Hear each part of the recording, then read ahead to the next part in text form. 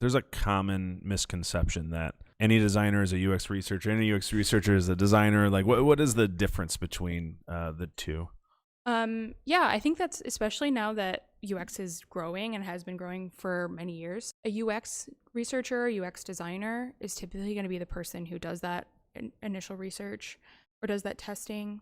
And they're really about defining what the product is. If, like I said before, making sure that the business and the users meet at a good place. And then they do some things like wireframing or user flows.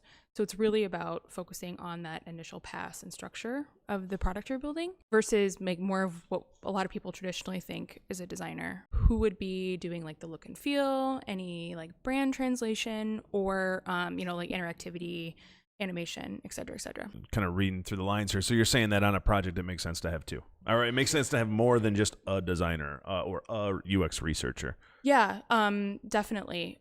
There's a lot of things that can be done at the same time in tandem. And there's a lot of value that you would get just by having another set of eyes on something. A lot of people might know a little bit about UX or a little bit about UI or a little bit about this or a little bit about that. And it's always great to get another set of eyes on something and also allow the information you're gathering to kind of go through another mind as well. So for projects that have like kicked off already, like is this something that you can iteratively just get into the process to kind of like do it retroactively? Yeah, absolutely. I've worked on projects with one designer. I've worked with projects on 7.